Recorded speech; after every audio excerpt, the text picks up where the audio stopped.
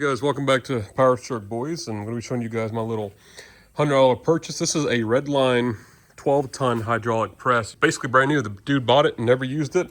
It's all powder-coated finish. It's kind of scraped up in some areas from unloading it, but other than that, it's really great shape. You guys can see we have a metric ton scale up here from 5, 10, 15, 20.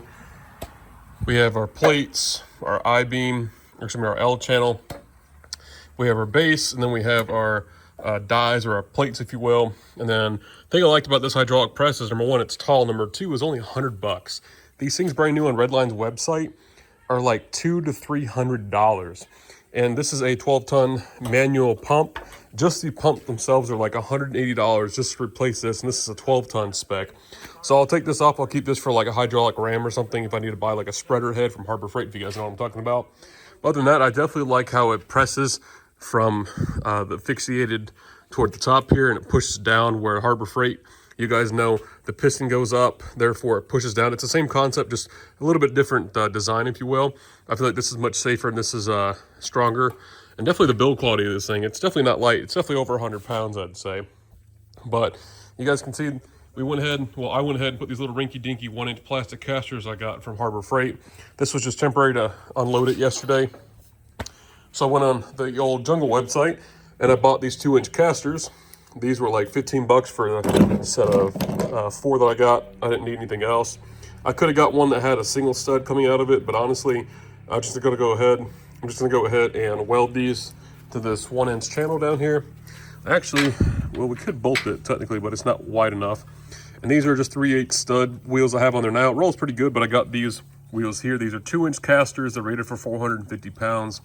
And I got 4 of them. And the nice thing is they have locks, and they have a nice neoprene rubber on the bottom.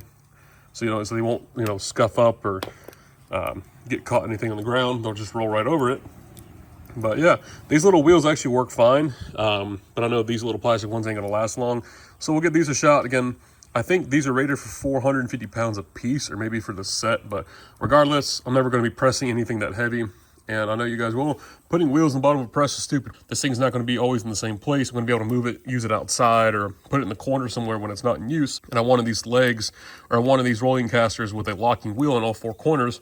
And the cool thing about this is we didn't get fixated sets, meaning we didn't put a set that doesn't roll on this side, then we have a set that rolls on that side, so we can spin it in 360 degrees. So again, they're just cheap wheels off Amazon. Maybe they'll hold up. If they don't, I'll just buy some more cheap ones. Maybe a little bit more cheaper but expensive, or anyways.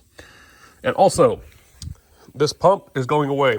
Also, this morning I went on eBay and I ordered myself a electric over hydraulic pump to replace this guy. Okay, now there's nothing wrong with this, but I'm not going to sit here and hand pump this thing, as you guys can see, just going non-stop. It's annoying. Your mother doesn't like it when I sit here and crank it by hand, so why would I just sit here and just play with it when I can just push a button and it does the work for me? All right, you guys, using a little flux core welder. The welds are good enough for the women we date. Little black spray paint makes me the welder I ain't. So there you go. Went ahead and just tacked them in all the bolt holes and repowder coated it, and they all still work no problem. All right, you guys, you saw where we did the modification. We put the locking casters on the bottom. Viewer, tough tools, half the price. I actually ordered this on eBay. It was actually $80 cheaper versus ordering it on Amazon, believe it or not. Sometimes you need to shop around. Amazon is known to be cheap, but eBay is a little bit cheaper. All right, you guys, here's the Viewer, French, I'm not sure.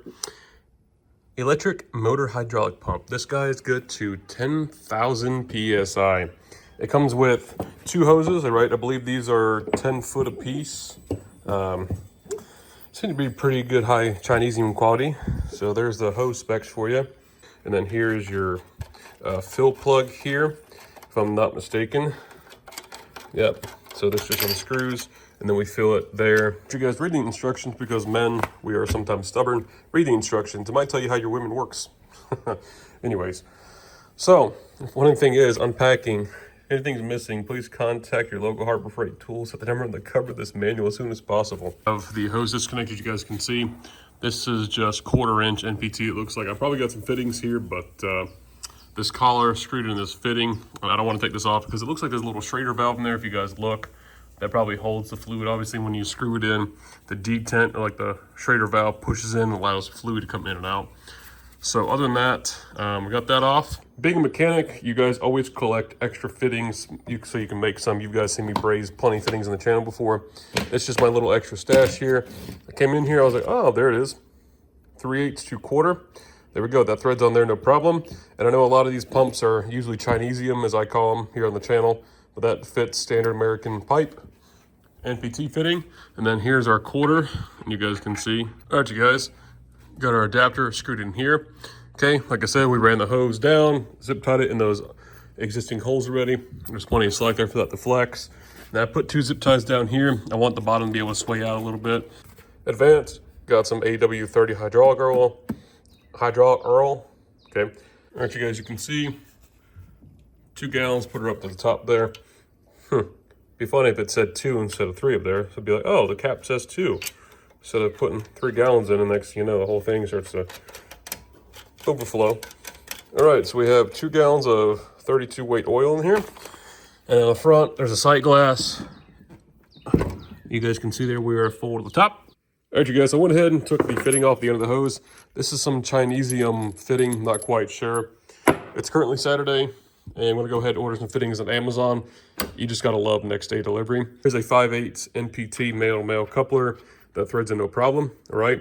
So what we're going to do is, took this off, obviously. You guys can see how small the inside of that hose is. All right, you guys, it's the next day. I've been doing a lot. Don't stop. Here's our fittings, right? We went ahead with 3/8 NPT, and you guys have the male and female. You get 2 in a pack for 29 bucks shipped next day to my door for free. We're going to take the female. I want the male side to be on the other side. I'm gonna go ahead and take this female. We'll thread it on here with some Teflon tape. All right, you guys, use the vise. There's a little cover, okay?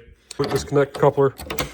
We'll just click on, just like that. All right, you guys, 10,000 PSI of fury. You can see, got the hose ran out. Got the couplers coupled, all right? Got this threaded in. All right, let's go ahead and see if we can kill our little wooden friend here.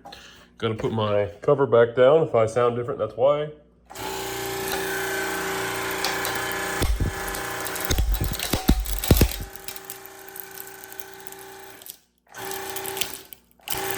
Well, that was anticlimactic. So, our piece of wood didn't survive. That's what's left of our little 2x4 friend. And then if we want to just return it, step on the pedal, and it comes up automatically. All right, you guys, so I threw the pump down here underneath the table. But anyways, you guys can see, I used some plastic eyelet connectors, grabbed a hook off a Harbor Freight magnetic.